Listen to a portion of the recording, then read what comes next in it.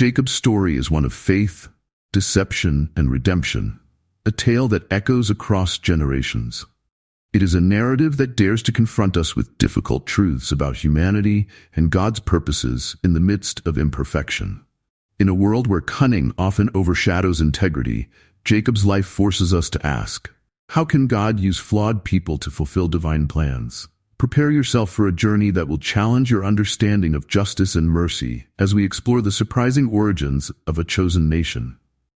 Genesis 25 verse 21 introduces us to a moment of struggle and hope. Isaac prayed to the Lord on behalf of his wife because she was unable to conceive. The Lord answered his prayer, and his wife Rebekah became pregnant. In ancient times, infertility was often seen as a curse, a heavy burden for any woman. Rebekah carried this stigma for 20 years before her prayers were finally answered. Imagine the quiet desperation and sorrow that must have filled their hearts, despite the promise God made to Abraham of a great lineage. And yet, as we will see, the answer to their prayers didn't come without complications. Genesis 25 verse 22 to 23 describes what happened next. The babies jostled each other within her, and she said, "Why is this happening to me?" Feeling the turmoil in her womb, Rebekah turned to God for clarity. The Lord responded with a prophecy. "Two nations are in your womb, and two peoples from within you will be separated. One people will be stronger than the other, and the older will serve the younger." This prophecy was not just about the brothers' rivalry, but the foundation of two nations in conflict. Before they even entered the world, the seeds of division were sown. God's words overturned societal norms.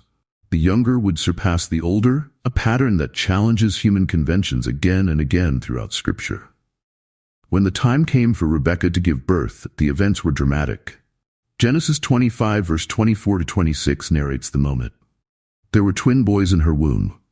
The first to come out was red, and his whole body was like a hairy garment, so they named him Esau. After this, his brother came out, with his hand grasping Esau's heel, so he was named Jacob. This birth set the stage for the rivalry to come. Esau's red, hairy appearance seemed to foreshadow his rugged, impulsive nature, while Jacob, whose name means heel grabber or supplanter, already seemed marked by ambition. At 60 years old, Isaac finally saw the fulfillment of God's promise through the birth of these two sons. Genesis 25 verse 27 to 28 provides a glimpse into the brothers' vastly different personalities as they grew up. Esau became a skillful hunter, a man of the open country, while Jacob was more content to stay at home among the tents. Esau embodied the traditional masculine ideal of the time, strong, outdoorsy, and impulsive. Jacob, in contrast, was quiet and domestic, preferring the life of a shepherd. This division in personality mirrored the favoritism in their parents. Isaac loved Esau for his hunting prowess and the game he brought home, while Rebekah favored Jacob. This parental bias set the stage for tension and discord, teaching us the dangers of uneven love within a family. The pivotal moment in the brothers' early lives came during an episode that seemed trivial on the surface, but had far-reaching consequences. Genesis 25 verse 29 to 34 recounts the story. One day, Jacob was cooking some stew when Esau returned from the fields, famished. Esau said, "Quick, let me have some of that red stew. I'm famished." Jacob, always calculating, seized the opportunity and replied, "First, sell me your birthright." Esau, driven by hunger, dismissed the importance of his birthright. "Look, I'm about to die. What good is the birthright to me?" Swearing an oath, Esau sold his birthright to Jacob, who gave him some bread and stew. The Bible ends the account with a poignant note. So Esau despised his birthright. This moment revealed the essence of both brothers' characters. Esau, impulsive and short-sighted, prioritized immediate gratification over the spiritual and material privileges of the birthright. Jacob, cunning and opportunistic, exploited his brother's weakness to gain an advantage. While Esau's recklessness and Jacob's shrewdness may seem like polar opposites, both flaws would shape their lives in profound ways. The birthright was no ordinary inheritance. It included leadership of the family, spiritual blessings, and the covenant promises passed down from Abraham. Esau's decision to trade it for a single meal demonstrated his lack of foresight and appreciation for what God had promised his ancestors. Jacob, on the other hand, showed ambition and an understanding of the birthright's value, even if his methods were questionable. This trade set a pattern for their future. Jacob's drive for blessing and favor would often come through cunning and deception, while Esau's impetuous nature would lead him to squander what was rightfully his. The consequences of this act reverberated not only through their lives, but through the generations that followed. The birthright was not just about inheritance. It symbolized spiritual blessings, leadership of the family, and the divine promises passed down from Abraham. Esau's decision to sell it for a single meal reflected his disregard for the value of these promises. His impulsiveness and lack of foresight are evident in his exaggerated response. "I'm about to die. What good is the birthright to me?" This hyperbolic reaction reveals Esau's tendency to act on immediate gratification rather than long-term significance. On the other hand, Jacob's calculated decision to ask for the birthright showed his shrewdness and ambition. Though his actions might seem manipulative, they also highlighted his recognition of the birthright's true importance. Jacob understood what Esau did not. The spiritual and material weight of the birthright was far greater than a bowl of stew. This act of trading the birthright would not only alter the relationship between the two brothers, but also shape the destinies of their descendants. It is worth noting that the biblical text does not pass explicit moral judgment on Jacob's actions at this point. However, as the story unfolds, the consequences of this exchange will become clearer. Esau's recklessness and Jacob's opportunism both played roles in the unfolding of God's plan. For Jacob, this transaction marked the beginning of his journey to claim the covenant blessings that were originally Esau's by birth. For Esau, this moment would become a symbol of lost opportunities and the dangers of living without regard for the future. The exchange of the birthright for a meal became a lasting metaphor for impulsive decisions and the consequences that follow. Esau's decision to despise his birthright was not just about hunger. It revealed a deeper spiritual attitude of disregard for what God had promised his family. In contrast, Jacob's willingness to take advantage of his brother's weakness, while morally questionable, underscored his determination to secure the blessings of the covenant. The birthright was more than just material wealth. It was about responsibility, leadership, and carrying forward the promises of God to Abraham. Esau's actions reflected a lack of spiritual awareness and respect for this divine inheritance. For Jacob, this moment was only the beginning of a lifetime of striving to claim the blessings of God. Yet, his journey would be marked by conflict, deceit, and challenges that would eventually transform him into the person God intended him to be. The story takes a significant turn in Genesis 27, when Isaac, old and nearly blind, prepares to give his blessing to Esau, the firstborn. In the patriarchal culture of the time, a father's blessing carried immense weight. It was seen as a prophetic act, conferring divine favor, authority, and the continuation of God's promises. Isaac called for Esau and said, "Take your weapons, your quiver and bow, and go out to the open country to hunt some wild game for me. Prepare me the kind of tasty food I like, and bring it to me to eat, so that I may give you my blessing before I die." Genesis 27 verse 3-4. Isaac's instructions to Esau reveal his intent to honor him as the firstborn, despite the earlier transaction in which Esau sold his birthright to Jacob. Whether Isaac was unaware of the agreement between his sons or chose to disregard it, his decision to bless Esau triggered a chain of events that would change the family's history forever. Rebekah, overhearing Isaac's plan, quickly devised a strategy to ensure that Jacob received the blessing instead of Esau. Genesis 27 verse 5-10 details her instructions to Jacob. "I heard your father say to your brother Esau, 'Bring me some game and prepare me a tasty meal to eat, so that I may give you my blessing in the presence of the Lord before I die. Now, my son, listen carefully and do what I tell you. Go out to the flock and bring me 2 choice young goats, so I can prepare some tasty food for your father, just the way he likes it. Then take it to your father to eat, so that he may give you his blessing before he dies." Rebekah's plan was bold and risky. She not only defied her husband's intentions, but also placed Jacob in a position of potential danger.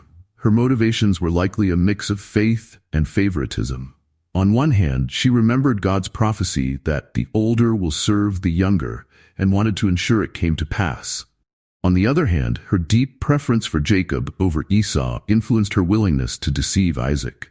Jacob hesitated at first, voicing his concerns to Rebekah. "But my brother Esau is a hairy man, while I have smooth skin. What if my father touches me? I would appear to be tricking him, and would bring down a curse on myself rather than a blessing." Genesis 27, verse 11 to 12. His reluctance wasn't based on moral objections, it stemmed from fear of getting caught. Rebekah, however, reassured him, saying, "My son, let the curse fall on me. Just do what I say, go and get them for me." Genesis 27, verse 13. Determined to see her plan succeed, Rebekah took matters into her own hands. She dressed Jacob in Esau's clothes, which carried the distinct smell of the outdoors, and covered his hands and neck with goatskins to mimic Esau's hairy skin. She then handed him the meal she had prepared for Isaac.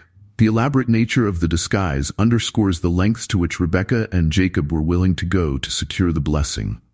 Jacob approached his father with the food, initiating one of the most suspenseful moments in the narrative. Genesis 27, verse 18 to 19 recounts the scene. He went to his father and said, "My father." "Yes, my son," Isaac answered. "Who is it?" Jacob said to his father, "I am Esau, your firstborn. I have done as you told me. Please sit up and eat some of my game, so that you may give me your blessing." Isaac, suspicious of how quickly the food was prepared, asked, "How did you find it so quickly, my son?" Jacob replied, "The Lord your God gave me success." Genesis 27, verse 20. Invoking God's name to justify the lie added another layer of complexity to the deception. Isaac's doubt lingered, and he said, "Come near so I can touch you, my son, to know whether you really are my son Esau or not." Genesis 27, verse 21. When Jacob moved closer, Isaac touched his hands and said, "The voice is the voice of Jacob, but the hands are the hands of Esau." Genesis 27, verse 22. Despite the conflicting evidence, Jacob's voice but Esau's hairy skin, Isaac trusted his sense of touch over his hearing. He proceeded to eat the meal, and then blessed Jacob, saying, "May God give you heaven's dew and earth's richness, an abundance of grain and new wine. May nations serve you and peoples bow down to you. Be Lord over your brothers, and may the sons of your mother bow down to you. May those who curse you be cursed, and those who bless you be blessed." Genesis 27, verse 27 to 29. This blessing was comprehensive, covering material prosperity, political power, and spiritual preeminence. It also included dominion over Jacob's brothers, echoing the prophecy that the older will serve the younger. Shortly after Jacob left his father's presence, Esau returned from the hunt with the meal he had prepared. Genesis 27, 30-33 captures the tense moment. Isaac trembled violently and said, "Who was it then that hunted game and brought it to me? I ate it just before you came, and I blessed him, and indeed he will be blessed." Esau's reaction was one of anguish. He cried out, "Bless me too, my father." But Isaac said, "Your brother came deceitfully and took your blessing." Genesis 27, verse 34-35. Esau's grief turned to anger as he realized the full extent of what he had lost. "Isn't he rightly named Jacob?" he exclaimed. "This is the second time he has taken advantage of me. He took my birthright, and now he's taken my blessing." Genesis 27, verse 36. Despite Esau's plea for another blessing, Isaac could only offer him a lesser one, foretelling a life of struggle. "You will live by the sword, and you will serve your brother. But when you grow restless, you will throw his yoke from off your neck." Genesis 27, verse 40. Esau's rage boiled over, and he vowed to kill Jacob after Isaac's death. The tension reached a breaking point, forcing Rebekah to act swiftly. She warned Jacob of Esau's intentions and instructed him to flee to her brother Laban in Haran, saying, "Stay with him for a while until your brother's fury subsides. When your brother is no longer angry, I'll send word for you to come back." Genesis 27, verse 43-45. After Jacob received the blessing and Esau realized what had happened, Esau was overcome with rage and despair. Genesis 27, verse 41 describes the intensity of Esau's anger. Esau held a grudge against Jacob because of the blessing his father had given him. He said to himself, "The days of mourning for my father are near. Then I will kill my brother Jacob." Esau's words reveal his deep sense of betrayal and loss. His vow to kill Jacob was not an idle threat, but a serious and immediate danger. The consequences of Jacob's deception now extended beyond family conflict to threats of violence, forcing swift action from Rebekah. Rebekah, hearing of Esau's plan, acted quickly to protect Jacob. Genesis 27, verse 42-45, recounts her urgent instructions. When Rebekah was told what her older son Esau had said, she sent for her younger son Jacob and said to him, "Your brother Esau is planning to kill you. Now then, my son, do what I say. Flee at once to my brother Laban in Haran. Stay with him for a while until your brother's fury subsides. When your brother is no longer angry with you and forgets what you did to him, I'll send word for you to come back. Why should I lose both of you in one day?" Rebekah's words highlight the depth of the family's fracture. She feared losing both her sons, Jacob, if Esau killed him, and Esau, if he faced punishment or exile for murder. Her solution was to send Jacob away, hoping time would heal Esau's wounds and allow for reconciliation in the future. However, this departure would mark the beginning of a long period of separation, pain, and personal growth for Jacob. Before Jacob fled, Rebekah approached Isaac with another reason to send him away. She framed the departure not as an escape, but as a matter of marriage. Genesis 27 verse 46 says, "Then Rebekah said to Isaac, 'I'm disgusted with living because of these Hittite women. If Jacob takes a wife from among the women of this land, from Hittite women like these, my life will not be worth living.'" Rebekah referred to Esau's Hittite wives, who had caused tension and frustration in the family. Genesis 26 verse 34-35. By focusing on finding a suitable wife for Jacob, Rebekah ensured Isaac's agreement to send Jacob to Haran. In Genesis 28 verse 1-2, Isaac called Jacob and blessed him once more, this time knowingly. Then Isaac called Jacob and blessed him. Then he commanded him, "Do not marry a Canaanite woman. Go at once to Paddan Aram, to the house of your mother's father Bethuel. Take a wife for yourself there, from among the daughters of Laban, your mother's brother." This blessing, now given with full knowledge of God's plan, reaffirmed the covenant promises that had been passed down through Abraham and Isaac. Isaac's blessing continued in Genesis 28 verse 3-4.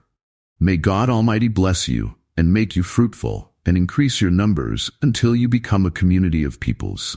May he give you and your descendants the blessing given to Abraham, so that you may take possession of the land where you now reside as a foreigner, the land God gave to Abraham." This blessing not only sent Jacob on his way, but also cemented his role as the heir to God's covenant promises. It was a turning point in Jacob's life, marking his departure from home and the beginning of a journey that would test his faith and character. Jacob set out for Haran, leaving behind his family, his conflict with Esau, and everything familiar.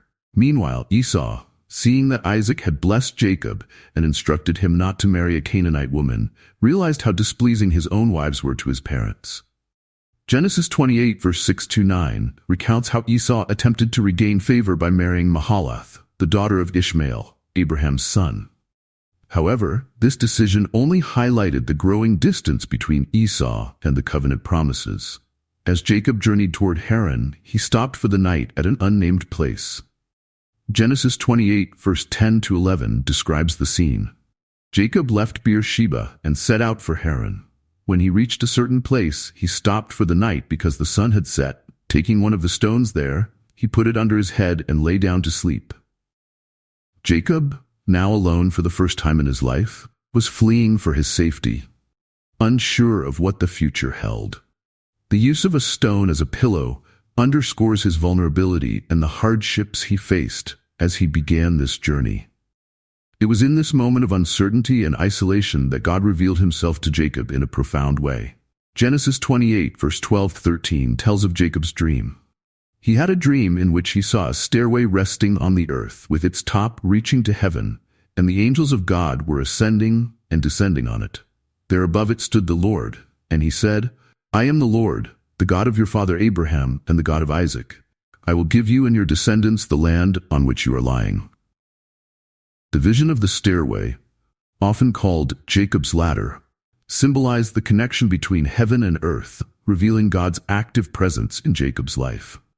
The angels moving between heaven and earth showed that God's work and blessings extended beyond human understanding. God's words reaffirmed the covenant promises, offering Jacob assurance and hope.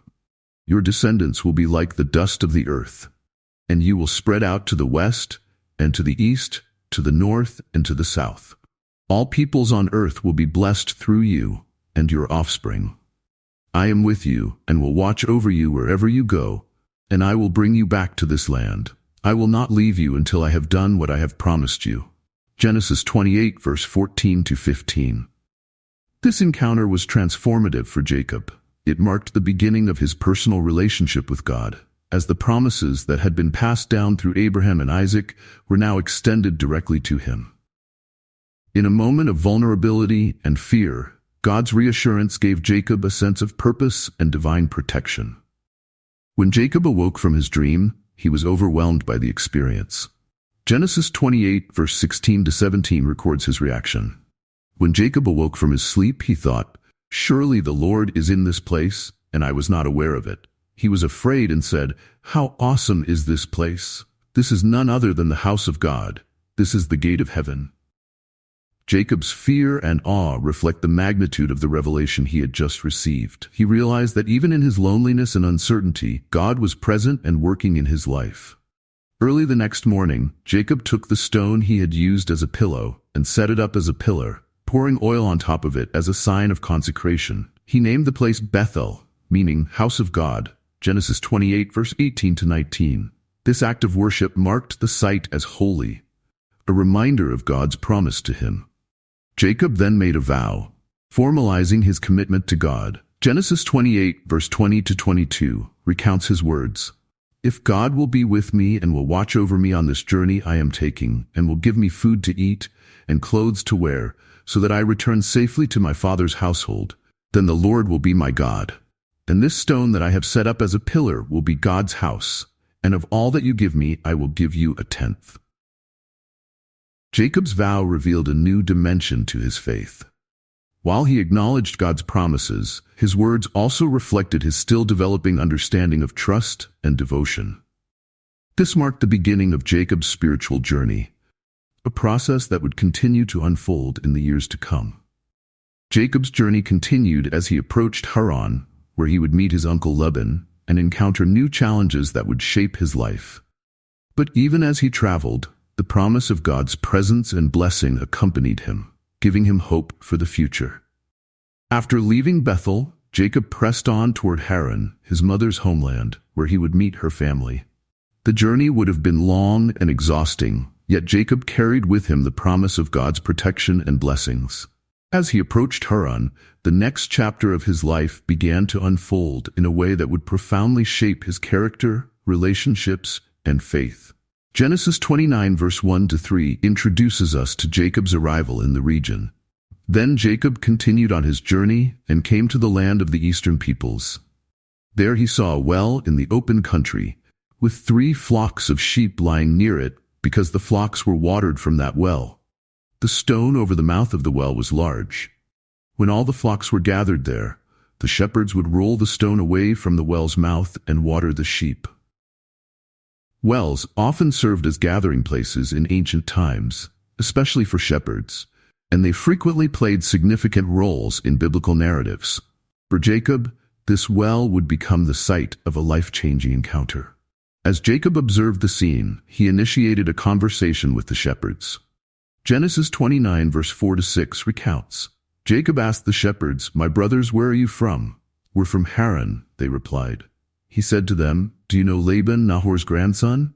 "Yes, we know him," they answered. Then Jacob asked them, "Is he well?" "Yes, he is," they said, "and here comes his daughter Rachel with the sheep." This interaction immediately connected Jacob to his family and set the stage for his meeting with Rachel, the woman who would capture his heart. As Rachel approached, Jacob's excitement grew. Genesis 29, verse 7 to 8 describes the moment. "Look," he said, "the sun is still high. It is not time for the flocks to be gathered. Water the sheep and take them back to pasture." But the shepherds replied, "We can't until all the flocks are gathered and the stone has been rolled away from the well's mouth. Then we will water the sheep." It was customary for the large stone covering the well to remain in place until all the shepherds had arrived, as it required significant effort to move. While Jacob was still speaking with the shepherds, Rachel arrived with her father's sheep. Genesis 29 verse 9 to 10 narrates the pivotal moment. While he was still talking with them, Rachel came with her father's sheep, for she was a shepherd.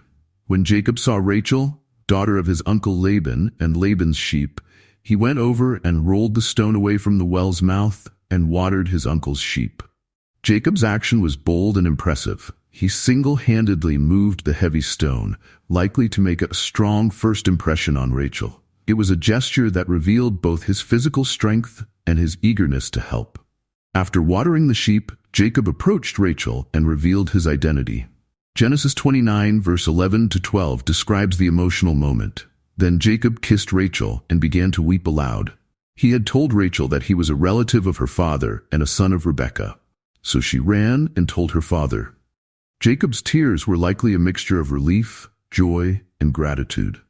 After fleeing from his home in fear, enduring a long journey, and encountering God along the way, he had now found a connection to his family and perhaps a glimpse of his future. Genesis 29 verse 13-14 continues the narrative. As soon as Laban heard the news about Jacob, his sister's son, he hurried to meet him. He embraced him and kissed him and brought him to his home, and there Jacob told him all these things. Then Laban said to him, "You are my own flesh and blood." Laban's warm reception must have been a comfort to Jacob, who was likely still carrying the emotional weight of his departure from home, and the tension with Esau. For the moment, Jacob had found safety and family in a foreign land. However, Laban's hospitality soon turned into a business arrangement, marking the beginning of a complex and often fraught relationship between the two men. Genesis 29 verse 15-17 captures the shift. Laban said to him, "Just because you are a relative of mine, should you work for me for nothing? Tell me what your wages should be." Now Laban had 2 daughters. The name of the older was Leah, and the name of the younger was Rachel. Leah had weak eyes, but Rachel had a lovely figure and was beautiful. The contrast between Leah and Rachel is significant, as it foreshadows the rivalry and heartache that will characterize Jacob's future family life. Jacob, already deeply in love with Rachel, made his desire clear. Genesis 29 verse 18-20 records his offer. Jacob was in love with Rachel and said, "I'll work for you 7 years in return for your younger daughter Rachel." Laban said, "It's better that I give her to you than to some other man. Stay here with me." So Jacob served 7 years to get Rachel, but they seemed like only a few days to him because of his love for her. Jacob's willingness to work for 7 years highlights the depth of his love and commitment. For him, those years passed quickly because of the joy he felt at the thought of marrying Rachel. But Laban, true to his cunning nature, had other plans. Genesis 29 verse 21-23 recounts the shocking twist. Then Jacob said to Laban, "Give me my wife. My time is completed, and I want to make love to her." So Laban brought together all the people of the place and gave a feast. But when evening came, he took his daughter Leah and brought her to Jacob, and Jacob made love to her. In the darkness of the wedding night, Jacob did not realize he had been deceived. The next morning, the truth became painfully clear. Genesis 29 verse 25 captures Jacob's reaction.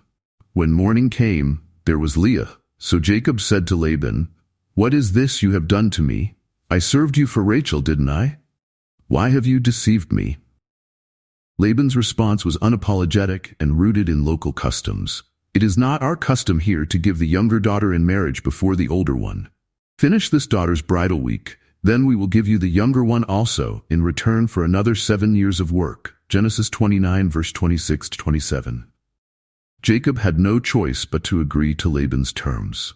Genesis 29 28-30 explains, "And Jacob did so. He finished the week with Leah, and then Laban gave him his daughter Rachel to be his wife. Laban gave his servant Bilhah to his daughter Rachel as her attendant." Jacob made love to Rachel also, and his love for Rachel was greater than his love for Leah, and he worked for Laban another 7 years. The deception echoed Jacob's own past actions, particularly his deceit of Isaac and Esau. Just as Jacob had taken advantage of his father's blindness, Laban exploited Jacob's vulnerability. This ironic reversal was likely not lost on Jacob, who now faced the reality of a complicated and divided family. Jacob's marriages to Leah and Rachel set the stage for intense rivalry between the two sisters. Genesis 29 verse 31-35 describes how God, seeing that Leah was unloved, enabled her to conceive while Rachel remained childless. Leah gave birth to 4 sons: Reuben, Simeon, Levi, and Judah. Each name reflected Leah's emotions and longing for Jacob's affection. For example, she named her first son Reuben, saying, "It is because the Lord has seen my misery. Surely my husband will love me now." Despite bearing Jacob's children, Leah continued to feel overshadowed by Rachel, whose beauty and position as Jacob's true love made her the favored wife. Rachel, devastated by her inability to conceive, became desperate. In Genesis 30 verse 1-3, she demanded of Jacob, "Give me children or I'll die." Jacob's frustration boiled over, and he replied, "Am I in the place of God who has kept you from having children?" Rachel then gave her servant Bilhah to Jacob as a surrogate, and Bilhah bore 2 sons, Dan and Naphtali. This sparked a competitive dynamic between the sisters, with Leah later giving her servant Zilpah to Jacob, resulting in the births of Gad and Asher. The rivalry between Leah and Rachel continued to intensify, with both women striving to earn Jacob's love and increase their standing in the family by bearing him children. Genesis 30 verse 9-13 describes how Leah, seeing that she had stopped conceiving after her first 4 sons, followed Rachel's example and gave her servant Zilpah to Jacob as a wife. Zilpah bore 2 sons, Gad and Asher. Leah named the first Gad, saying, "What good fortune," and the second Asher, declaring, "How happy I am. The women will call me happy." These names reflected Leah's attempts to find joy and fulfillment, even as she remained in Rachel's shadow. The competition took another turn when Leah's oldest son, Reuben, found mandrakes in the field during the wheat harvest and brought them to his mother. Mandrakes, often associated with fertility in ancient times, sparked Rachel's interest. Genesis 30 verse 14-15 recounts the exchange. During wheat harvest, Reuben went out into the fields and found some mandrake plants, which he brought to his mother Leah. Rachel said to Leah, "Please give me some of your son's mandrakes." But Leah said to her, "Wasn't it enough that you took away my husband? Will you take my son's mandrakes too?" Rachel, desperate for the mandrakes, struck a deal with Leah, saying, "Very well, he can sleep with you tonight in return for your son's mandrakes." Genesis 30 verse 15. That evening, when Jacob returned from the fields, Leah went out to meet him and said, "You must sleep with me. I have hired you with my son's mandrakes." The result of this arrangement was that Leah conceived again, giving birth to 2 more sons, Issachar and Zebulun, and later to a daughter named Dinah. Genesis 30 verse 16-21. Each name reflected Leah's continuing hope for recognition and affection from Jacob. For instance, Zebulun's name was tied to her declaration, "Now my husband will treat me with honor, because I have borne him 6 sons. Genesis 30 verse 20. Meanwhile, Rachel's struggles with infertility persisted, but her prayers were eventually answered. Genesis 30 verse 22-24 says, "Then God remembered Rachel. He listened to her and enabled her to conceive. She became pregnant and gave birth to a son and said, 'God has taken away my disgrace.' She named him Joseph and said, 'May the Lord add to me another son.'" The birth of Joseph, Rachel's first child and Jacob's 11th son, marked a significant moment in the family's story. Joseph would later become one of the central figures in Jacob's legacy, and his life would play a critical role in the survival of his family. After the birth of Joseph, Jacob decided it was time to leave Haran and return to his homeland. Genesis 30 verse 25-26 describes his request to Laban. After Rachel gave birth to Joseph, Jacob said to Laban, "Send me on my way, so I can go back to my own homeland. Give me my wives and children, for whom I have served you, and I will be on my way. You know how much work I've done for you." Jacob's desire to leave reflected not only his longing to return to his family, but also his growing frustration with Laban's treatment of him. However, Laban was reluctant to let Jacob go. Genesis 30 verse 27-28 says, "But Laban said to him, 'If I have found favor in your eyes, please stay. I have learned by divination that the Lord has blessed me because of you.' He added, Name your wages, and I will pay them." Laban acknowledged that Jacob's presence and hard work had brought prosperity to his household, and he sought to keep him there as long as possible. Jacob, recognizing Laban's self-serving intentions, proposed a new arrangement. Genesis 30, verse 31-34, details the terms of the agreement. Jacob said, "Don't give me anything, but if you will do this one thing for me, I will go on tending your flocks and watching over them. Let me go through all your flocks today and remove from them every speckled or spotted sheep, every dark-colored lamb, and every spotted or speckled goat. They will be my wages." Laban quickly agreed, believing this deal to be advantageous for him since the speckled and spotted animals were typically less common. Yet, Jacob had a plan. Genesis 30, verse 37-43 describes his clever breeding strategy. Jacob, however, took fresh-cut branches from poplar, almond, and plane trees and made white stripes on them by peeling the bark and exposing the white inner wood of the branches. Then he placed the peeled branches in all the watering troughs so they would be directly in front of the flocks when they came to drink. When the flocks were in heat and came to drink, they made it in front of the branches. Over time, Jacob's selective breeding resulted in a strong and abundant flock that belonged to him, while Laban's flock weakened. The Bible notes, "In this way, the man grew exceedingly prosperous and came to own large flocks and female and male servants and camels and donkeys." Genesis 30, verse 43. Jacob's increasing wealth and success caused tension within Laban's household. Genesis 31, verse 1-2 describes the growing resentment of Laban's sons. Jacob heard that Laban's sons were saying, "Jacob has taken everything our father owned and has gained all this wealth from what belonged to our father." And Jacob noticed that Laban's attitude toward him was not what it had been. As tensions escalated, God intervened, instructing Jacob to leave Haran and return to the land of his ancestors. Genesis 31, verse 3 recounts God's words. "Then the Lord said to Jacob, 'Go back to the land of your fathers and to your relatives, and I will be with you.'" Jacob, heeding God's command, called Rachel and Leah to the fields to discuss their departure. Genesis 31, verse 4-7 reveals Jacob's frustration with Laban. Jacob said to Rachel and Leah, "I see that your father's attitude toward me is not what it was before, but the God of my father has been with me. You know that I've worked for your father with all my strength, yet your father has cheated me by changing my wages 10 times. However, God has not allowed him to harm me." Jacob recounted how God had blessed him despite Laban's deceit and explained the divine command to return home. Rachel and Leah, recognizing their father's unfair treatment of Jacob and their own diminished inheritance, supported Jacob's decision. Genesis 31, verse 14-16 records their response.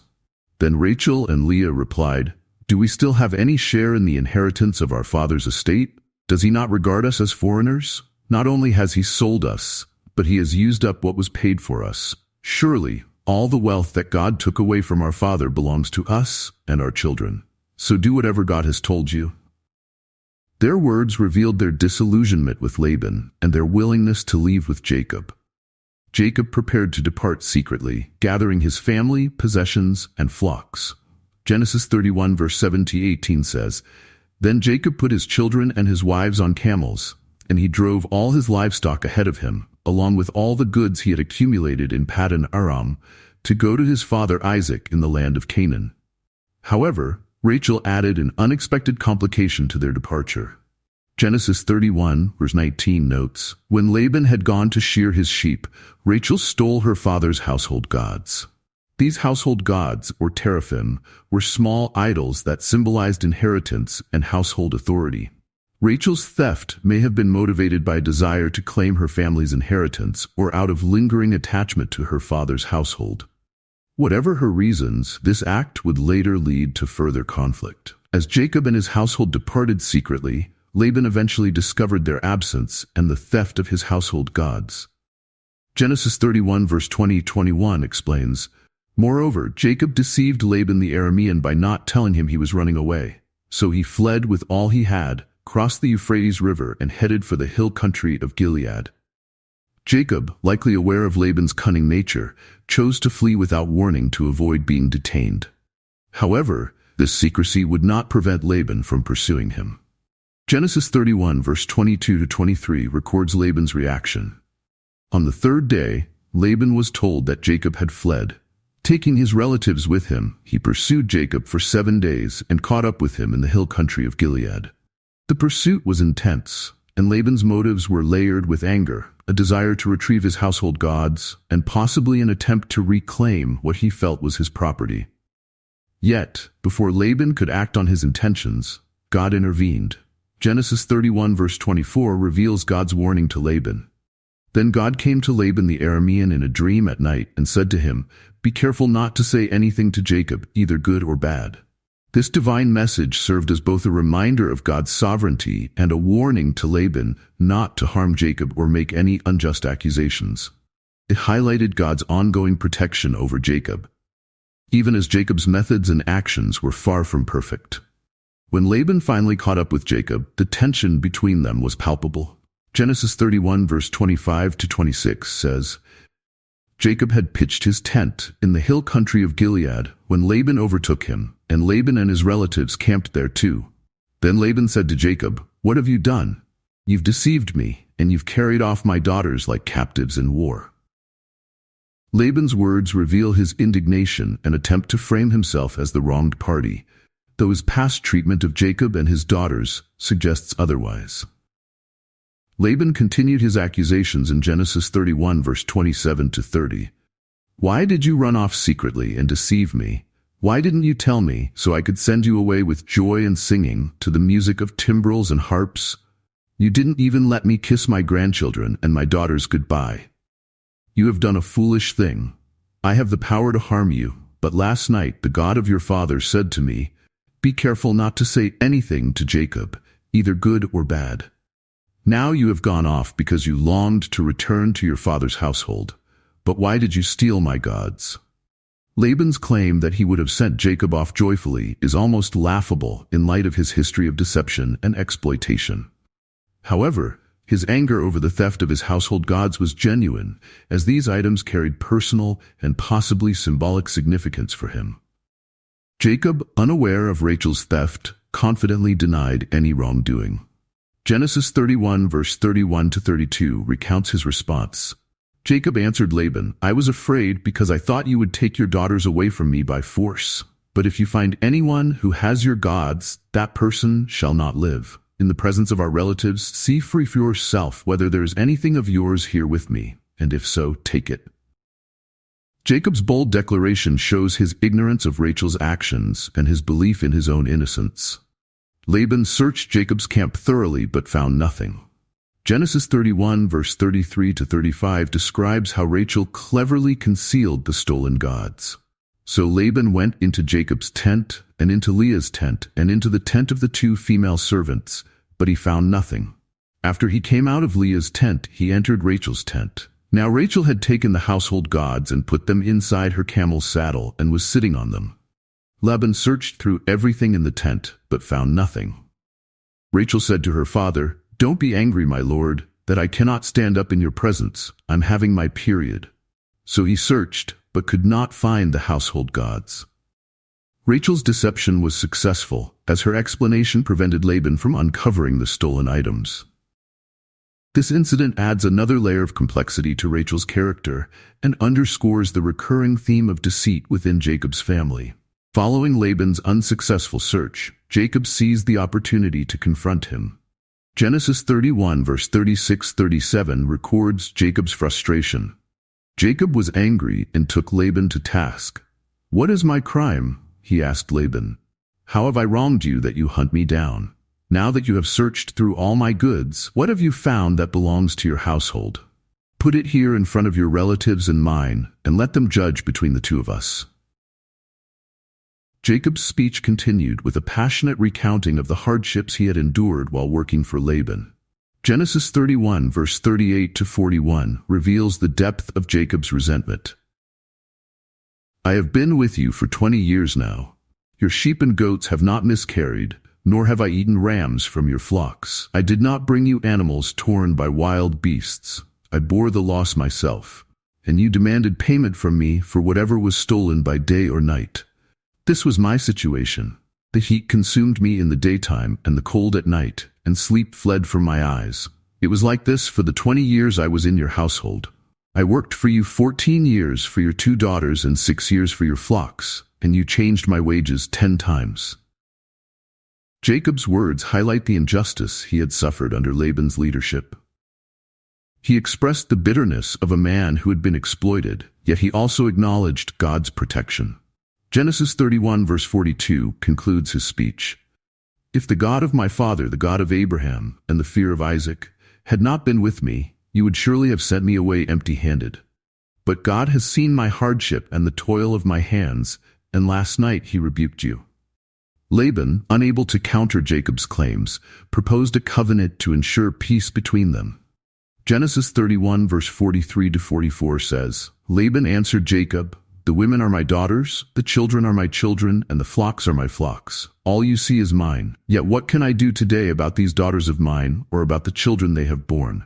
Come now, let's make a covenant, you and I, and let it serve as a witness between us. Jacob agreed, and the 2 men set up a stone pillar as a physical marker of their agreement. Genesis 31 verse 45-48 recounts the symbolic act. So Jacob took a stone and set it up as a pillar. He said to his relatives, gather some stones. So they took stones and piled them in a heap, and they ate there by the heap. Laban called it Jegar-Sahadutha, and Jacob called it Gilead. Laban said, this heap is a witness between you and me today. Both names, in Aramaic and Hebrew, mean witness heap, signifying their shared acknowledgement of the covenant. The covenant included a mutual promise not to harm one another or cross the heap and pillar with hostile intentions.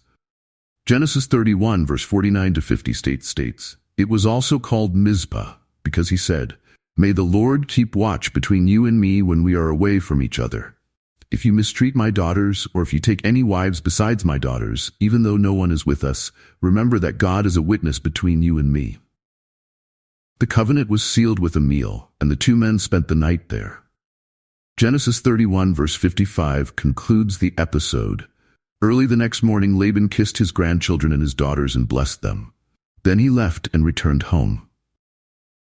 With Laban's departure, Jacob's chapter in Haran finally came to an end. He was now free to continue his journey back to the land of his fathers, though challenges still lay ahead. After parting ways with Laban, Jacob continued his journey toward Canaan. As he approached his homeland, he experienced a divine encounter. Genesis 32 verse 1-2 narrates, Jacob also went on his way, and the angels of God met him. When Jacob saw them, he said, this is the camp of God. So he named that place Mahanaim. The name Mahanaim means 2 camps, signifying both Jacob's camp and the heavenly host of angels that surrounded him.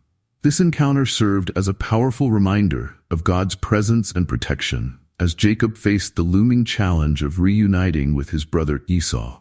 Jacob was now entering territory that had once been home, but the unresolved conflict with Esau still hung over him. Esau's earlier vow to kill Jacob lingered in his memory, and Jacob was filled with both anxiety and uncertainty about what awaited him. As part of his preparations, Jacob sent messengers ahead to deliver a message to Esau. Genesis 32 verse 3-5 explains, Jacob sent messengers ahead of him to his brother Esau in the land of Seir, the country of Edom. He instructed them, this is what you are to say to my lord Esau. Your servant Jacob says, I have been staying with Laban and have remained there till now. I have cattle and donkeys, sheep and goats, male and female servants. Now I am sending this message to my lord, that I may find favor in your eyes. Jacob's message was intentionally humble, referring to himself as your servant and addressing Esau as my lord. This deference reflects Jacob's attempt to appease his brother and avoid conflict. The messengers returned with news that heightened Jacob's fears. Genesis 32 verse 6 reports, when the messengers returned to Jacob, they said, we went to your brother Esau, and now he is coming to meet you, and 400 men are with him. The mention of 400 men likely alarmed Jacob, as such a large group could easily be interpreted as a hostile force. Jacob's reaction is recorded in Genesis 32 verse 7. In great fear and distress, Jacob divided the people who were with him into two groups, and the flocks and herds and camels as well. He thought, if Esau comes and attacks one group, the group that is left may escape. Faced with this potentially dangerous situation, Jacob turned to God in prayer. Genesis 32 verse 9 to 12 captures his heartfelt plea. Then Jacob prayed, O God of my father Abraham, God of my father Isaac, Lord, you who said to me, go back to your country and your relatives, and I will make you prosper. I am unworthy of all the kindness and faithfulness you have shown your servant. I had only my staff when I crossed this Jordan, but now I have become two camps. Save me, I pray, from the hand of my brother Esau, for I am afraid he will come and attack me, and also the mothers with their children. But you have said, I will surely make you prosper, and will make your descendants like the sand of the sea, which cannot be counted. In this prayer, Jacob demonstrated both humility and dependence on God. He acknowledged his unworthiness of God's blessings and reminded God of the promises made to him. This moment of vulnerability reveals the significant internal shift that was taking place within Jacob. He was no longer solely relying on his cunning, but was turning to God for deliverance. After praying, Jacob took additional steps to prepare for his meeting with Esau. He organized an elaborate gift to send ahead as a peace offering. Genesis 32, verse 13-15 details the gift. He spent the night there, and from what he had with him, he selected a gift for his brother Esau.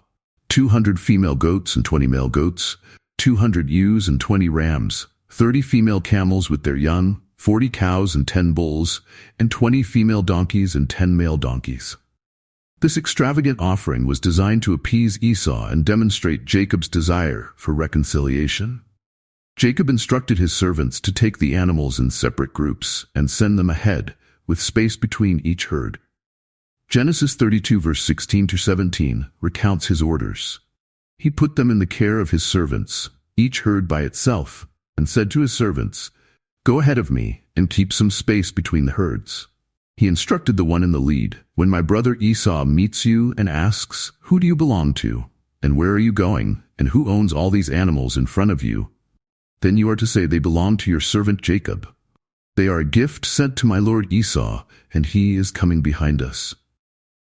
Jacob's strategy was twofold: to overwhelm Esau with generosity and to soften his heart by emphasizing Jacob's humility. He hoped that the staggered arrival of gifts would calm Esau's potential anger before they even met face to face. Genesis 32, verse 20, reveals Jacob's reasoning. For he thought, I will pacify him with these gifts I am sending on ahead. Later, when I see him, perhaps he will receive me. That night, Jacob remained alone after sending his family and possessions across the Jabbok River. What followed was one of the most mysterious and transformative events in Jacob's life. Genesis 32, verse 24-25 says, So Jacob was left alone, and a man wrestled with him till daybreak. When the man saw that he could not overpower him, he touched the socket of Jacob's hip, so that his hip was wrenched as he wrestled with the man. This man is widely interpreted as a divine being, either an angel or God himself. The wrestling match, which lasted throughout the night, symbolized Jacob's lifelong struggle with God, others, and his own identity. The injury to Jacob's hip served as a physical reminder of this encounter, marking him forever. Despite the pain, Jacob refused to let go. Genesis 32 verse 26 continues, Then the man said, Let me go, for it is daybreak. But Jacob replied, I will not let you go unless you bless me. The divine being responded by asking Jacob his name. Genesis 32 verse 27-28 narrates, The man asked him, What is your name? Jacob, he answered. Then the man said, Your name will no longer be Jacob, but Israel, because you have struggled with God and with humans and have overcome. The name Israel means he struggles with God, or God prevails, signifying Jacob's transformation. No longer defined as the heel grabber or deceiver, Jacob's new name reflected his perseverance and the new phase of his life. Jacob, now humbled and physically marked, named the place Peniel, meaning face of God, because he had seen God face to face and survived. Genesis 32, verse 30-31 says, So Jacob called the place Peniel, saying, It is because I saw God face to face, and yet my life was spared. The sun rose above him as he passed Peniel, and he was limping because of his hip. This moment was a turning point, both spiritually and physically, for Jacob. The limp would serve as a constant reminder of his dependence on God. With this transformative experience behind him, Jacob prepared for the long-awaited meeting with Esau. Genesis 33 verse 1-3 describes the scene. Jacob looked up, and there was Esau coming with his 400 men. So he divided the children among Leah, Rachel, and the 2 female servants. He put the female servants and their children in front, Leah and her children next, and Rachel and Joseph in the rear. He himself went on ahead and bowed down to the ground 7 times as he approached his brother. Jacob's repeated bowing was a gesture of deep humility and submission. Despite his fear, Jacob placed himself in a vulnerable position, signaling his willingness to reconcile. The moment of reconciliation was profoundly moving and unexpected. Genesis 33 verse 4 recounts, "But Esau ran to meet Jacob and embraced him. He threw his arms around his neck and kissed him, and they wept." Esau's warm and emotional response defied Jacob's expectations and revealed that time had healed many of the old wounds. This reunion, filled with tears and forgiveness, was a testament to God's work in both their lives. Jacob's reunion with Esau was a powerful moment of reconciliation. Genesis 33 verse 4 describes the emotional encounter. "But Esau ran to meet Jacob and embraced him. He threw his arms around his neck and kissed him, and they wept."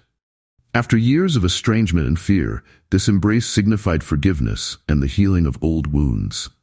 Jacob's fears of Esau's anger proved unfounded, showing that God had worked in both brothers' hearts to bring about peace.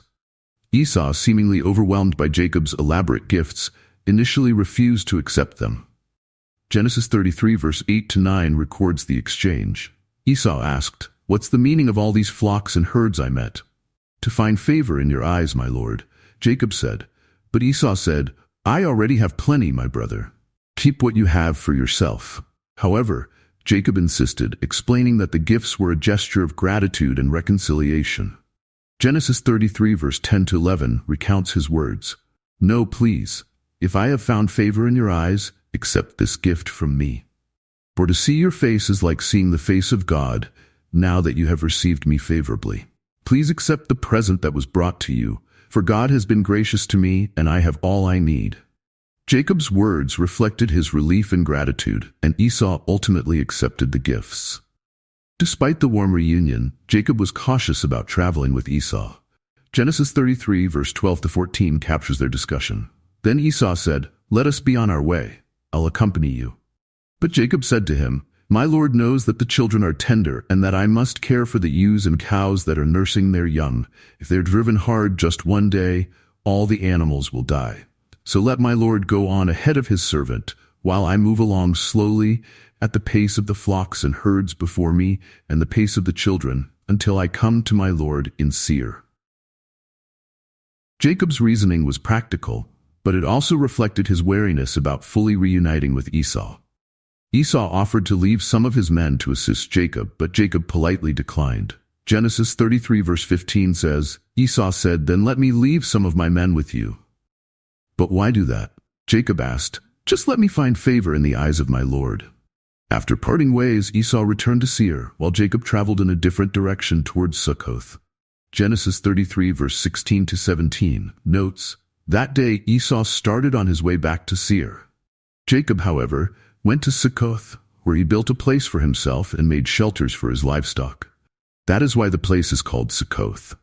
Jacob's decision to settle in Succoth suggests his desire to maintain some distance from Esau, despite their reconciliation. After a time in Succoth, Jacob moved further into Canaan, settling near the city of Shechem. Genesis 33 verse 18-20 describes this transition. After Jacob came from Paddan Aram, he arrived safely at the city of Shechem in Canaan and camped within sight of the city. For 100 pieces of silver he bought from the sons of Hemor, the father of Shechem, the plot of ground where he pitched his tent. There he set up an altar and called it El Elohe Israel. The name of the altar, which means God, the God of Israel, reflects Jacob's acknowledgement of God's protection and faithfulness throughout his journey. However, Jacob's peace in Shechem was shattered by a tragic event involving his daughter Dinah. Genesis 34 verse 1-2 recounts, Now Dinah, the daughter Leah had borne to Jacob, went out to visit the women of the land. When Shechem, son of Hamor the Hivite, the ruler of that area, saw her, he took her and raped her. The assault on Dinah was a grievous violation that deeply affected Jacob's family. Yet afterward, Shechem expressed a desire to marry Dinah. Genesis 34, verse 3-4 states, "His heart was drawn to Dinah, daughter of Jacob. He loved the young woman and spoke tenderly to her. And Shechem said to his father Hamor, 'Get me this girl as my wife.' When Jacob heard what had happened, he remained silent until his sons returned from the fields." Genesis 34 verse 5 explains, "When Jacob heard that his daughter Dinah had been defiled, his sons were in the fields with his livestock, so he did nothing about it until they came home."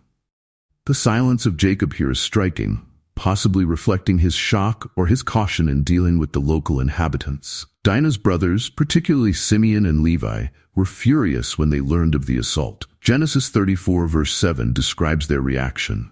Meanwhile, Jacob's sons had come in from the fields as soon as they heard what had happened. They were shocked and furious because Shechem had done an outrageous thing in Israel by sleeping with Jacob's daughter, a thing that should not be done. Hamor, Shechem's father, approached Jacob and his sons to negotiate a marriage between Shechem and Dinah. He offered generous terms, saying, "Intermarry with us. Give us your daughters and take our daughters for yourselves. You can settle among us. The land is open to you." Genesis 34, verse 8-10. Jacob's sons, however, responded deceitfully. Genesis 34, verse 13-17 recounts their plan. Because their sister Dinah had been defiled, Jacob's sons replied deceitfully as they spoke to Shechem and his father Hamor. They said to them, "We can't do such a thing. We can't give our sister to a man who is not circumcised. That would be a disgrace to us. We will enter into an agreement with you only on one condition, that you become like us by circumcising all your males. Then we will give you our daughters and take your daughters for ourselves. But if you will not agree to be circumcised, we'll take our sister and go." Hamor and Shechem agreed to the terms and convinced all the men in their city to undergo circumcision. Genesis 34, verse 18-24, describes how the proposal seemed good to them, as they believed it would lead to economic and social unity between the two groups. However, this agreement concealed the true intentions of Simeon and Levi. On the third day, when the men of Shechem were in pain from the circumcision, Simeon and Levi launched their brutal attack. Genesis 34 verse 25-26 says, 3 days later, while all of them were still in pain, 2 of Jacob's sons, Simeon and Levi, Dinah's brothers, took their swords and attacked the unsuspecting city, killing every male. They put Hamor and his son Shechem to the sword and took Dinah from Shechem's house and left. Their actions were motivated by outrage over Dinah's assault, but the scale of their retaliation went far beyond justice. The other sons of Jacob joined in the plundering of the city, taking flocks, herds, women, and children as spoils of war. Genesis 34 verse 27-29 describes their actions. The sons of Jacob came upon the dead bodies and looted the city where their sister had been defiled. They seized their flocks and herds and donkeys and everything else of theirs in the city and out in the fields. They carried off all their wealth and all their women and children, taking as plunder everything in the houses. Jacob was horrified by the actions of his sons. Genesis 34:30 records his rebuke. Then Jacob said to Simeon and Levi, "You have brought trouble on me by making me obnoxious to the Canaanites and Perizzites, the people living in this land. We are few in number, and if they join forces against me and attack me, I and my household will be destroyed." Jacob's primary concern was the danger his family now faced as a result of this massacre. But Simeon and Levi defended their actions. Genesis 34:31 states, "But they replied, 'Should he have treated our sister like a prostitute?'" After the violent events at Shechem, God intervened and redirected Jacob's focus. Genesis 35 verse 1 records God's command. Then God said to Jacob, "Go up to Bethel and settle there and build an altar there to God, who appeared to you when you were fleeing from your brother Esau." This call reminded Jacob of the promise he had made to God years earlier when he first encountered him at Bethel, fleeing from Esau's wrath. It was now time for Jacob to fulfill his vow and recenter his life and family on God. In preparation for this spiritual renewal, Jacob instructed his household to rid themselves of any idols and purify themselves. Genesis 35, verse 2-3, recounts his instructions. So Jacob said to his household and to all who were with him, "Get rid of the foreign gods you have with you, and purify yourselves and change your clothes. Then come, let us go up to Bethel, where I will build an altar to God, who answered me in the day of my distress and who has been with me wherever I have gone." This act of cleansing was both literal and symbolic, representing a break from idolatry and a recommitment to worshiping the one true God. The household obeyed Jacob's command, surrendering their foreign gods, earrings, and other pagan symbols. Genesis 35 verse 4 says, "So they gave Jacob all the foreign gods they had and the rings in their ears, and Jacob buried them under the oak at Shechem." By burying the idols, Jacob ensured that they would not return to them, signifying a fresh start for his family. As Jacob and his household set out for Bethel, God's protection surrounded them. Genesis 35 verse 5 explains, "Then they set out, and the terror of God fell on the towns all around them, so that no one pursued them." Despite the fear of retaliation from the Canaanites and Perizzites due to the massacre at Shechem, God ensured that Jacob's family was safe during their journey. This divine intervention reaffirmed God's presence and faithfulness. When Jacob arrived at Bethel, he built the altar as God had commanded. Genesis 35 verse 6-7 describes this moment. Jacob and all the people with him came to Luz, that is Bethel, in the land of Canaan. There he built an altar, and he called the place El Bethel, because it was there that God revealed himself to him when he was fleeing from his brother.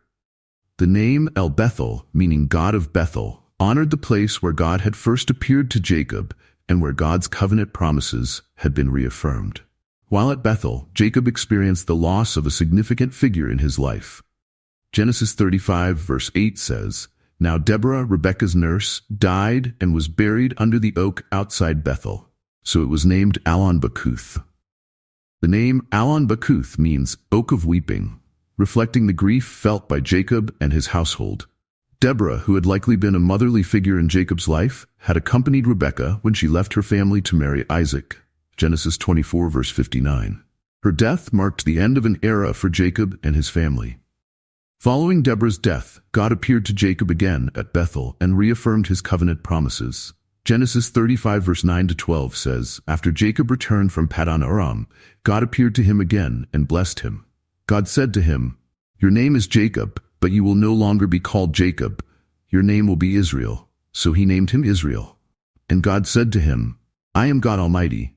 Be fruitful and increase in number. A nation and a community of nations will come from you, and kings will be among your descendants. The land I gave to Abraham and Isaac, I also give to you, and I will give this land to your descendants after you."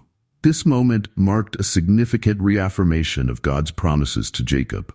The renaming to Israel, which had first occurred during Jacob's wrestling with the divine being at Peniel, Genesis 32 verse 28, was reiterated here, cementing Jacob's new identity as the father of the 12 tribes of Israel. The blessings of land, descendants, and kingship continued the covenantal promises first given to Abraham and passed down through Isaac. In response to this divine encounter, Jacob set up a pillar of stone to commemorate the moment. Genesis 35 verse 14-15 recounts, "Jacob set up a stone pillar at the place where God had talked with him, and he poured out a drink offering on it. He also poured oil on it. Jacob called the place where God had talked with him Bethel." This act of worship and consecration reflected Jacob's recognition of God's ongoing presence and faithfulness in his life. After leaving Bethel, tragedy struck Jacob's family once again. Genesis 35 verse 16-17 narrates the beginning of this sorrowful event. Then they moved on from Bethel.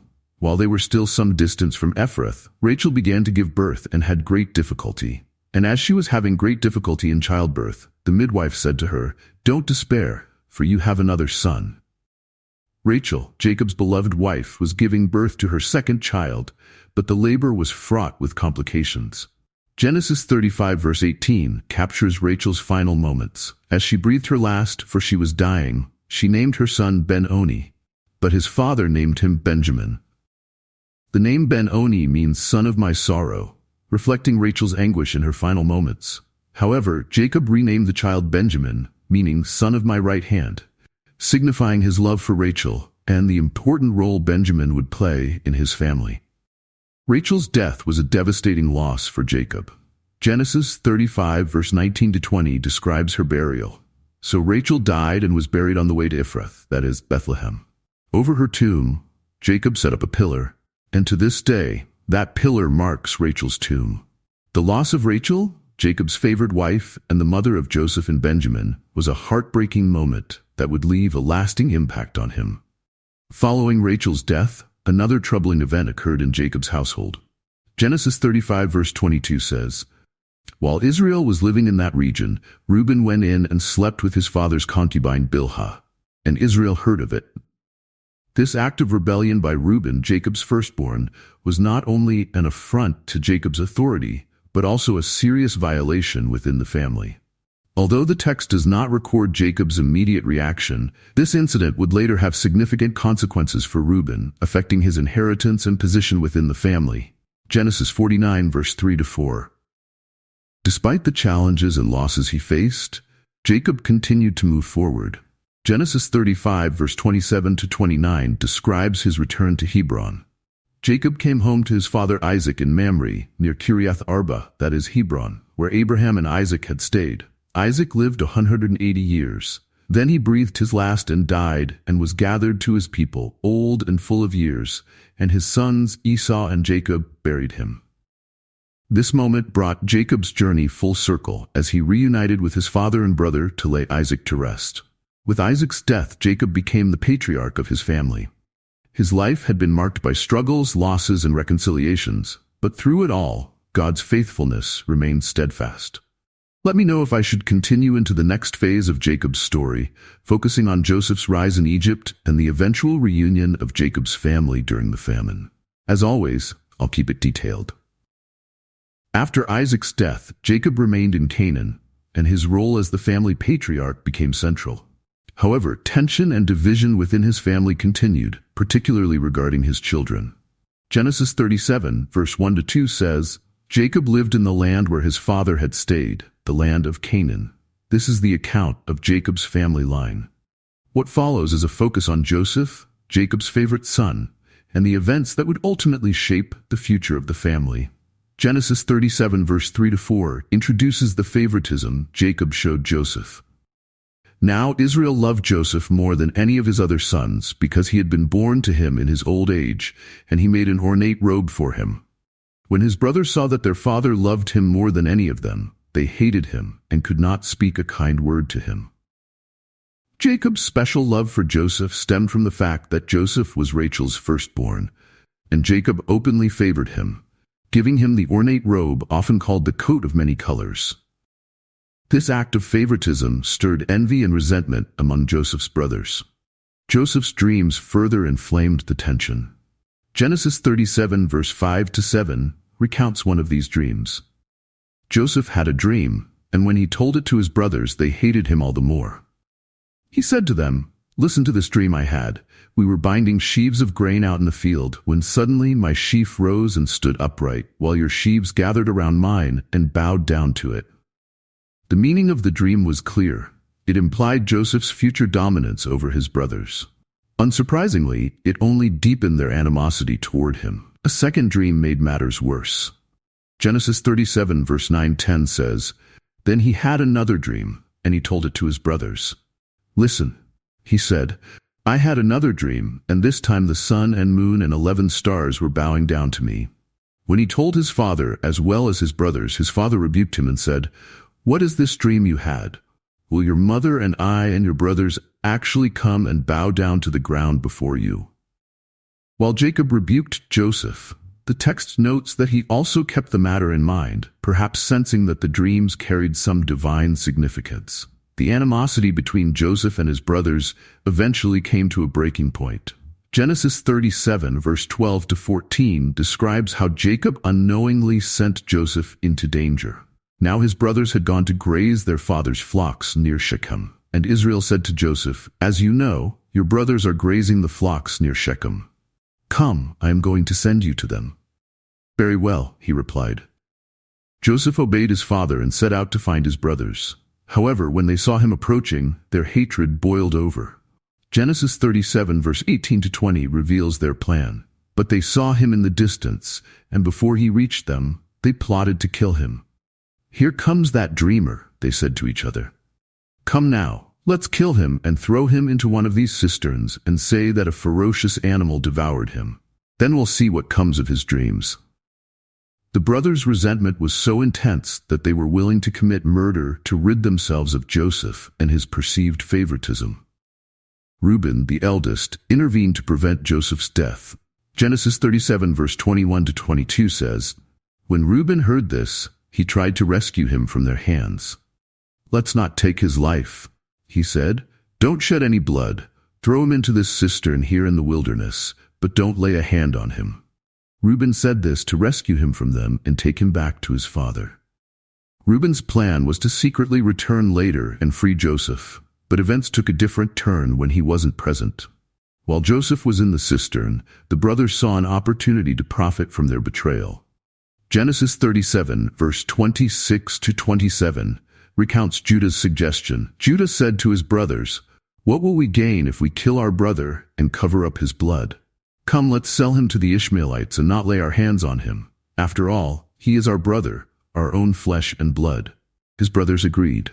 The Ishmaelites, or Midianite traders, happened to pass by, and the brothers sold Joseph for 20 shekels of silver, sealing his fate as a slave headed for Egypt. Genesis 37, verse 28. To cover up their actions, the brothers devised a cruel deception.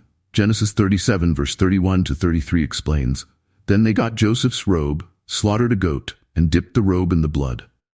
They took the ornate robe back to their father and said, 'We found this.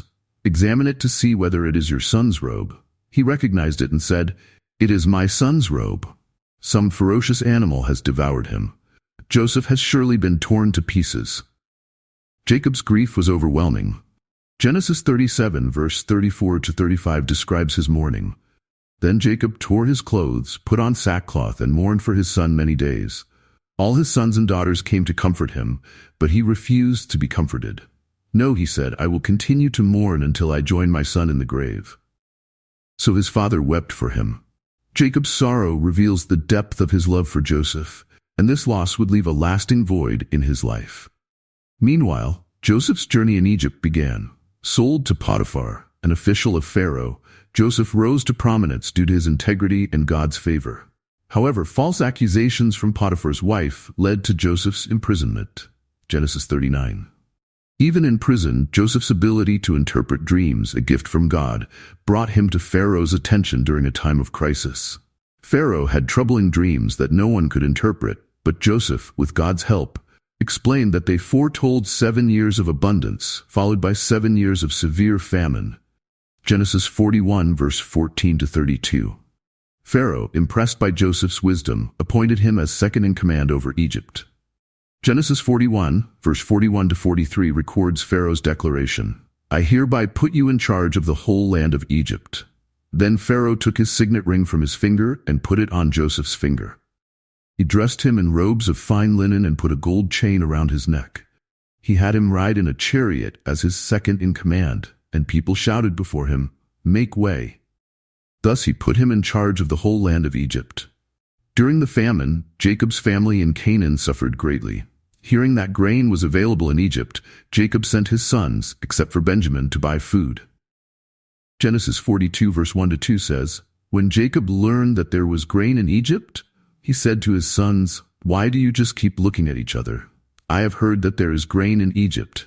Go down there and buy some for us so that we may live and not die.'" Unbeknownst to Jacob, this journey would lead to an emotional reunion with Joseph.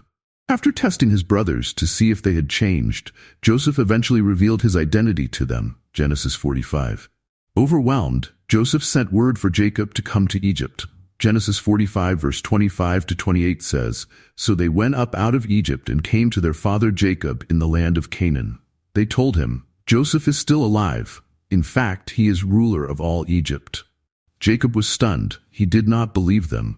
But when they told him everything Joseph had said to them, and when he saw the carts Joseph had sent to carry him back, the spirit of their father Jacob revived. And Israel said, 'I'm convinced. My son Joseph is still alive. I will go and see him before I die.'" Jacob's journey to Egypt marked the final chapter of his life. Genesis 46, 1-4 describes how God reassured Jacob, and God spoke to Israel in a vision at night and said, "Jacob, Jacob." "Here I am," he replied. "I am God, the God of your father," he said. "Do not be afraid to go down to Egypt, for I will make you into a great nation there. I will go down to Egypt with you, and I will surely bring you back again. And Joseph's own hand will close your eyes." Reassured by God's promise, Jacob set out for Egypt with his entire household. After receiving reassurance from God, Jacob set out for Egypt with his entire household. Genesis 46, verse 5-7 says, "Then Jacob left Beersheba, and Israel's sons took their father Jacob and their children and their wives in the carts that Pharaoh had sent to transport him. So Jacob and all his offspring went to Egypt, taking with them their livestock and the possessions they had acquired in Canaan.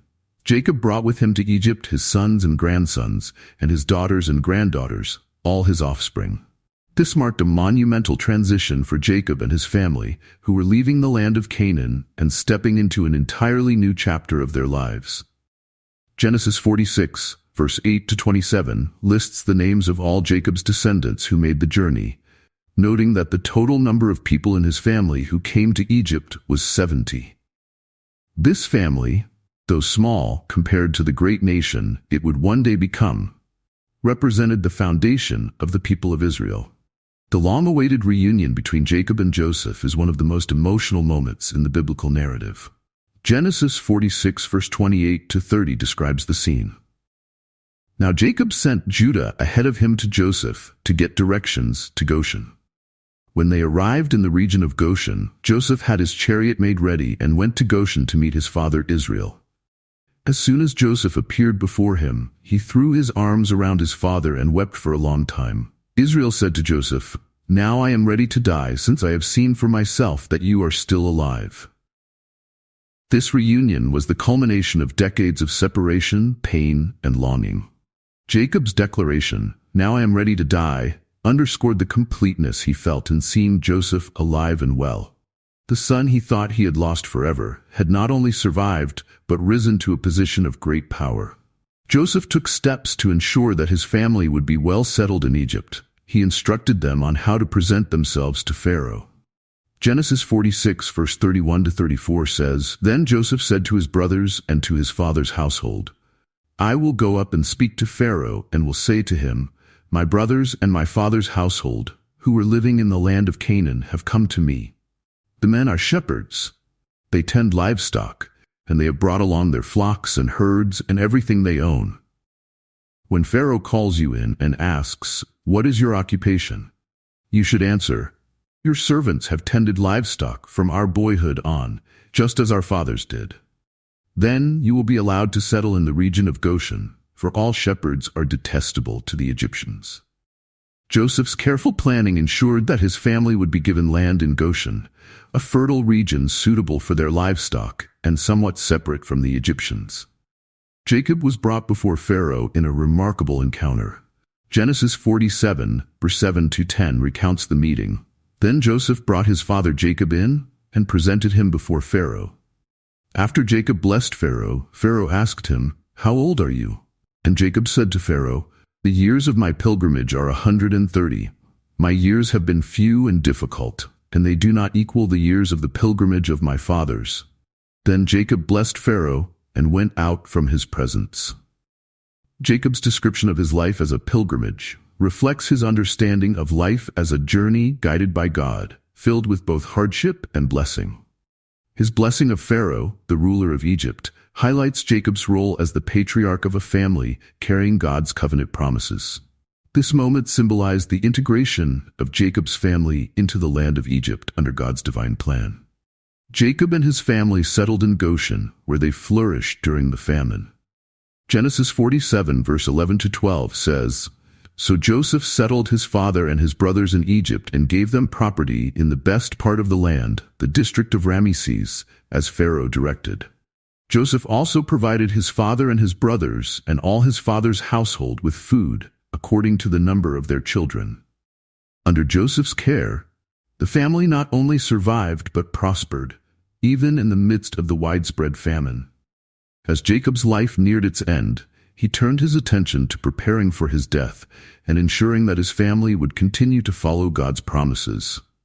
Genesis 47 verse 28 to 31 says, "Jacob lived in Egypt 17 years, and the years of his life were 147. When the time drew near for Israel to die, he called for his son Joseph and said to him, 'If I have found favor in your eyes, put your hand under my thigh and promise that you will show me kindness and faithfulness. Do not bury me in Egypt, but when I rest with my fathers, carry me out of Egypt and bury me where they are buried.' 'I will do as you say,' he said. 'Swear to me,' he said. Then Joseph swore to him, and Israel worshipped as he leaned on the top of his staff. Jacob's request to be buried in Canaan reflected his deep connection to God's covenant promises. Despite his physical presence in Egypt, his heart remained in the land that God had promised to his descendants. Before his death, Jacob blessed Joseph's two sons, Ephraim and Manasseh. Genesis 48 verse 3 to 5 recounts Jacob's words to Joseph. Jacob said to Joseph, "God Almighty appeared to me at Luz in the land of Canaan, and there he blessed me and said to me, 'I am going to make you fruitful and increase your numbers. I will make you a community of peoples, and I will give this land as an everlasting possession to your descendants after you.' Now then, your two sons born to you in Egypt before I came to you here will be reckoned as mine. Ephraim and Manasseh will be mine, just as Reuben and Simeon are mine." By adopting Joseph's sons as his own, Jacob elevated them to the status of tribal leaders, ensuring their inclusion in the inheritance of Israel. In a symbolic and prophetic act, Jacob crossed his hands to bless the younger Ephraim over the older Manasseh. Genesis 48 verse 17 to 19 says, "When Joseph saw his father placing his right hand on Ephraim's head, he was displeased. So he took hold of his father's hand to move it from Ephraim's head to Manasseh's head. Joseph said to him, 'No, my father, this one is the firstborn. Put your right hand on his head.' But his father refused and said, 'I know, my son, I know. He too will become a people, and he too will become great. Nevertheless, his younger brother will be greater than he, and his descendants will become a group of nations.'" This act mirrored the recurring biblical theme of God elevating the younger over the older, as seen in Jacob's own life. Jacob's final act was to bless his 12 sons. Genesis 49 records the blessings and prophecies he spoke over each son, reflecting their character and the destinies of their tribes. For instance, he declared of Judah, "The scepter will not depart from Judah, nor the ruler's staff from between his feet, until he to whom it belongs shall come, and the obedience of the nations shall be his." Genesis 49 verse 10. This prophecy pointed toward the future kings of Israel, and ultimately to the coming of the Messiah. After blessing his sons, Jacob gave clear instructions for his burial. Genesis 49 verse 29 to 33 recounts his final words. Then he gave them these instructions. "I am about to be gathered to my people. Bury me with my fathers in the cave in the field of Ephron the Hittite, the cave in the field of Machpelah, near Mamre in Canaan, which Abraham bought along with the field as a burial place from Ephron the Hittite. There Abraham and his wife Sarah were buried. There Isaac and his wife Rebekah were buried, and there I buried Leah." After giving these instructions, Jacob passed away peacefully. Genesis 49 verse 33 says, "When Jacob had finished giving instructions to his sons, he drew his feet up into the bed, breathed his last, and was gathered to his people." Jacob's death marked the end of a life filled with struggles, transformation, and God's faithfulness. After Jacob's death, Joseph and his brothers honored their father's final request to be buried in the land of Canaan. Genesis 50 verse 1 to 3 describes the immediate aftermath of Jacob's passing. Joseph threw himself on his father and wept over him and kissed him. Then Joseph directed the physicians in his service to embalm his father Israel. So the physicians embalmed him, taking a full 40 days, for that was the time required for embalming. And the Egyptians mourned for him 70 days. The mourning for Jacob was extensive, reflecting not only the deep love his family had for him, but also the respect the Egyptians held for Joseph and, by extension, Jacob. The 70 days of mourning were comparable to the time of mourning given to a pharaoh, showing how highly Jacob's family was regarded in Egypt. After the mourning period, Joseph sought Pharaoh's permission to carry out Jacob's burial request. Genesis 50, verse 4-6 recounts Joseph's approach. When the days of mourning had passed, Joseph said to Pharaoh's court, "If I have found favor in your eyes, speak to Pharaoh for me. Tell him, my father made me swear an oath and said, I am about to die. Bury me in the tomb I dug for myself in the land of Canaan. Now let me go up and bury my father. Then I will return." Pharaoh said, "Go up and bury your father, as he made you swear to do." Pharaoh's approval highlighted the trust and respect Joseph had earned, allowing him to fulfill his father's wishes. The funeral procession to Canaan was elaborate and deeply reverent. Genesis 50, verse 7-9 describes it in detail. So Joseph went up to bury his father. All Pharaoh's officials accompanied him, the dignitaries of his court and all the dignitaries of Egypt, besides all the members of Joseph's household, and his brothers, and those belonging to his father's household. Only their children and their flocks and herds were left in Goshen. Chariots and horsemen also went up with him. It was a very large company. The participation of Pharaoh's officials and the Egyptian dignitaries underscored the significance of Jacob's family in Egypt. The grand procession would have been a remarkable sight, reflecting both Egyptian customs and the importance of Jacob as the patriarch of a divinely chosen family. When the procession reached the land of Canaan, they held a solemn and extended mourning. Genesis 50, verse 10-11 says, When they reached the threshing floor of Atad, near the Jordan, they lamented loudly and bitterly, and there Joseph observed a 7-day period of mourning for his father. When the Canaanites who lived there saw the mourning at the threshing floor of Atad, they said, "The Egyptians are holding a solemn ceremony of mourning." That is why that place near the Jordan is called Abel Mizraim. The name Abel Mizraim means mourning of the Egyptians, highlighting how even the local people recognized the significance of this event. Jacob was buried in the cave of Machpelah, fulfilling his wishes to rest with his ancestors. Genesis 50 verse 12-14 states, So Jacob's sons did as he had commanded them. They carried him to the land of Canaan and buried him in the cave in the field of Machpelah, near Mamre, which Abraham had bought along with the field as a burial place from Ephron the Hittite. After burying his father, Joseph returned to Egypt, together with his brothers and all the others who had gone with him to bury his father. This act of obedience symbolized the family's commitment to God's covenant promises. Despite their current prosperity in Egypt, their roots and future lay in the land of Canaan, as God had promised to Abraham, Isaac, and Jacob. After returning to Egypt, Joseph's brothers grew anxious, fearing that Joseph might seek revenge now that Jacob was no longer alive to mediate. Genesis 50 verse 15 captures their concern. When Joseph's brothers saw that their father was dead, they said, "What if Joseph holds a grudge against us and pays us back for all the wrongs we did to him?" Their guilt over selling Joseph into slavery resurfaced, and they worried that Joseph's forgiveness during Jacob's lifetime might have only been out of respect for their father. In an attempt to secure Joseph's continued forgiveness, the brothers sent him a message. Genesis 50, verse 16-17 says, So they sent word to Joseph, saying, Your father left these instructions before he died. This is what you are to say to Joseph. I ask you to forgive your brothers the sins and the wrongs they committed in treating you so badly.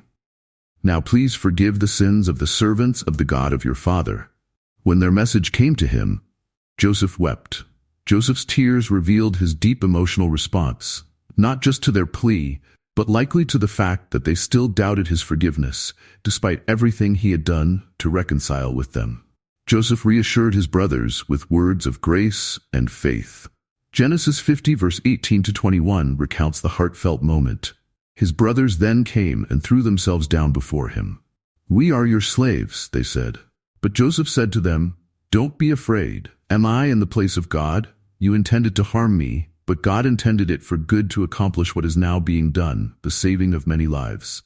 So then, don't be afraid. I will provide for you and your children." And he reassured them and spoke kindly to them. Joseph's response reflected his deep trust in God's sovereignty. Instead of seeking revenge, he recognized that God had used even the brothers' sinful actions to bring about his plan to preserve their family and many others during the famine. Joseph's kindness and forgiveness provided closure to the long-standing tension within the family. The final years of Joseph's life passed in peace. Genesis 50, verse 22 to 23 says, "Joseph stayed in Egypt along with all his father's family. He lived 110 years and saw the third generation of Ephraim's children. Also, the children of Mahir son of Manasseh were placed at birth on Joseph's knees." This description of Joseph's later years emphasizes his role as a patriarch, witnessing the growth of his family and the fulfillment of God's promises to multiply his descendants. Before his death, Joseph reminded his family of God's faithfulness and the future he had planned for them. Genesis 50, verse 24 to 25, records his final words. "Then Joseph said to his brothers, 'I am about to die, but God will surely come to your aid and take you up out of this land to the land he promised on oath to Abraham, Isaac, and Jacob.' And Joseph made the Israelites swear an oath and said, 'God will surely come to your aid, and then you must carry my bones up from this place.'" Joseph's faith in God's covenant promises remained steadfast, even as he neared the end of his life. Genesis 50, verse 26, concludes the book of Genesis with Joseph's death and burial. So Joseph died at the age of 110, and after they embalmed him, he was placed in a coffin in Egypt. Although Joseph's burial was in Egypt, his instructions to have his bones carried to Canaan ensured that his legacy would remain tied to the land of promise.